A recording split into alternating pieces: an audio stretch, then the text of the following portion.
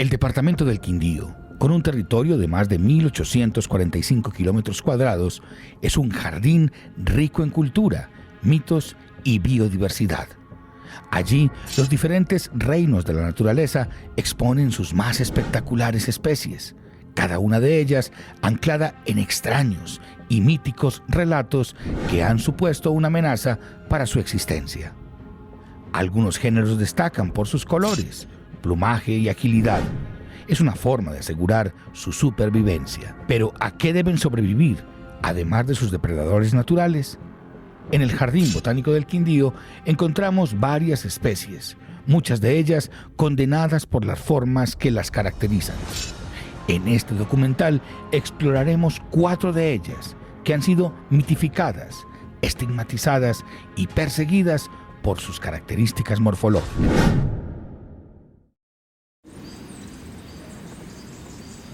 Cae el día en el Jardín Botánico. Muchas especies se disponen a dormir y otras, como algunos mamíferos, apenas están por despertar.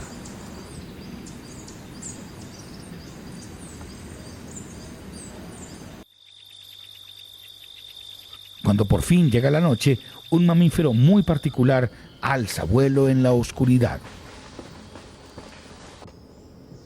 Inmortalizado en el cine y en las tiras cómicas, suele ser representado de forma nefasta en muchas culturas.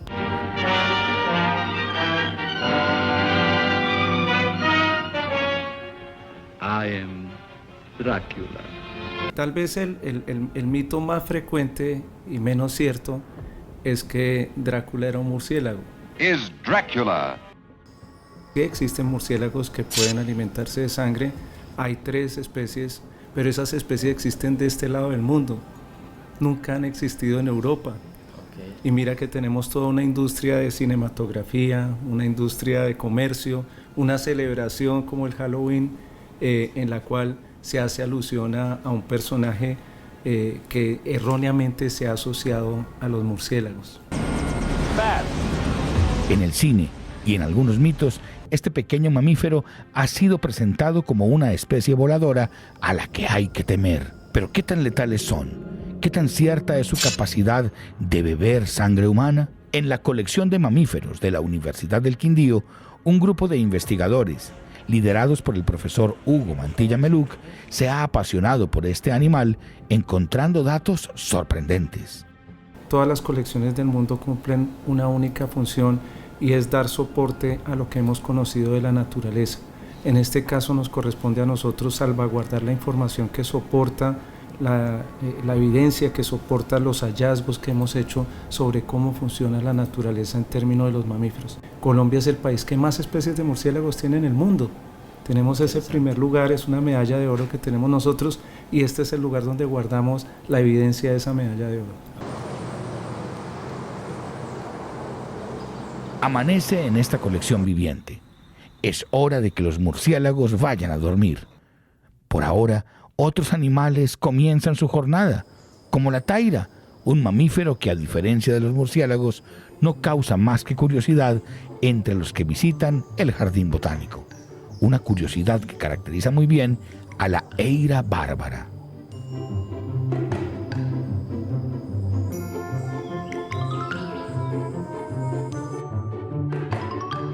Aunque su alimentación pueda considerarse omnívora, este mamífero de vez en cuando se da el gusto de comer algún roedor, crías de monos o de osos perezosos. Este familiar de las comadrejas podría considerarse uno de los animales silvestres más queridos por las personas, pero existen otros que no generan más que rechazo. Yo recuerdo que cuando yo era niño, la lagartija que la gente ve tradicionalmente en las casas, como la salamanqueja, le dicen lagartija, yo me acuerdo mucho cuando a mí me decían, tenga cuidado que ese lagarto, si usted lo coge o si se le acerca mucho, se le pega la piel y solo se lo puede arrancar con fuego.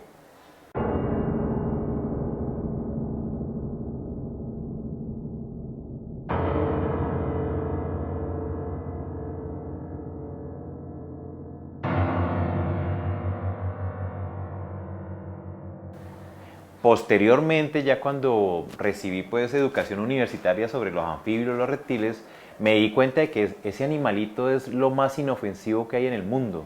Y de hecho, en vez de ser una amenaza, realmente puede ser un beneficio, porque en las casas se come esas arañitas, esos insectos, esas cucarachas que quizás a nosotros no nos gustan y que de una u otra forma incluso pueden ser transmisores de ciertas enfermedades. Entonces, eso es como un ejemplo propio, pero que seguramente aplica para muchas personas, de cómo un animal totalmente inofensivo, por una u otra razón, a veces se percibe como una amenaza. Las serpientes han protagonizado distintos relatos en la historia de la humanidad. Sus comportamientos y características han inspirado mitos que, en la mayoría de los casos, las estigmatizan, causando fobias en las personas. Cuando habían mujeres amamantando a un niño, entonces, pero eso ocurría mucho en las montañas, por ahí donde no habían auxilios de partos. Entre las mujeres hacían eso, le ayudaban a la otra mujer a tener el parto. Entonces ya quedaba en la casa, pero tenían que poner mucho cuidado. Eso ocurría mucho en la selva, en las montañas, donde hay lejos de recursos. Entonces mucho cuidado con la señora que está amamantando el niño, porque la culebra la puede visitar allá, porque la culebra tiene un olfato que le gusta mucho la leche materna. Oh my God. Danny? He's not breathing. No! El cine ha contribuido también a mitificar estos impresionantes ofidios, caracterizándolos como monstruos diseñados solamente para hacer daño. Pero, ¿qué tan letales y asesinos son? ¿Qué tanto miedo hay que tenerles? Nos encontramos en la colección de herpetos de la Universidad del Quindío. Hasta aquí hemos venido para resolver todas estas inquietudes. Son animales muy interesantes que, contrario a lo que tradicionalmente nos enseñan, no son feos, rugosos y quizás hasta peligrosos, sino que cumplen una función ecológica muy importante y que incluso tienen aspectos de historia natural muy interesantes. Para los animales, el color ha sido esencial a la hora de garantizar su supervivencia. Sin embargo, muchas personas han asociado el color vivo y saturado al peligro y letalidad de una especie. A eso le llamamos coloraciones aposemáticas, es decir, son coloraciones brillantes que le dicen a los depredadores o a los potenciales depredadores: ojo, no me ataque, no trate de alimentarse de mí, que va a tener una mala experiencia. Y eso se debe a que esas especies en particular, por ejemplo, tienen toxinas en su piel. Entonces los depredadores eventualmente aprenden a hacer la asociación entre esas coloraciones brillantes y esas experiencias desagradables. Y entonces en futuros encuentros empiezan a evitar alimentarse de ese tipo de presas. Esto no significa que todas las especies que tengan un color rojo sean venenosas, no. Pero en muchas especies esa coloración tiene ese significado antidepredatorio. Con más de 1.700 especies preservadas, la colección de anfibios y reptiles ha generado actividades investigativas con el fin de fomentar el conocimiento crítico en torno a estos simpáticos animales. Las colecciones biológicas las utilizamos también como una herramienta de educación ambiental para tratar de cambiar esa estigmatización que generalmente nos crean sobre estos grupos biológicos, que claramente es una imagen que es equivocada. Entonces la colección biológica no solo soporta proyectos de investigación científica, sino también procesos de educación académica a nivel universitario y educación ambiental en general en el Quindío. Muchas especies que se albergan en el Jardín Botánico han protagonizado distintos relatos que los han condenado a la persecución y estigmatización del ser humano. Hasta el momento hemos visto al murciélago y a la serpiente, seres destinados a ser rechazados por las narraciones creadas en torno a su naturaleza. Sin embargo, para algunas otras especies, lejos de mostrarse horrorosas y letales, su belleza ha representado una maldición.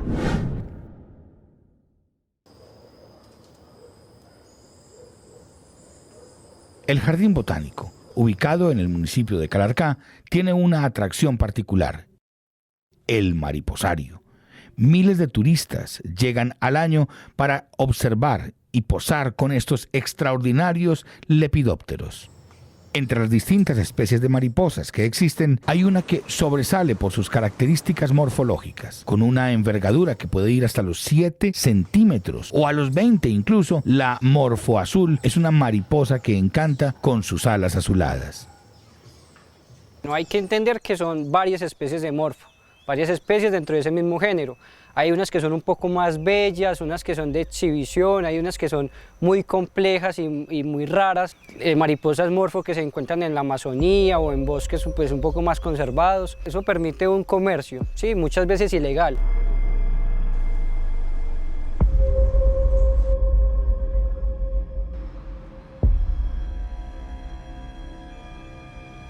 Hacen un aprovechamiento indiscriminado, no hay ningún tipo de control, entonces ellos van a un bosque y capturan la mariposa, no hay ningún tipo de control y ese es el tema como más delicado. Grupos delictivos hacen blanqueo de mariposas, tratando de engañar a las autoridades con supuestos criaderos.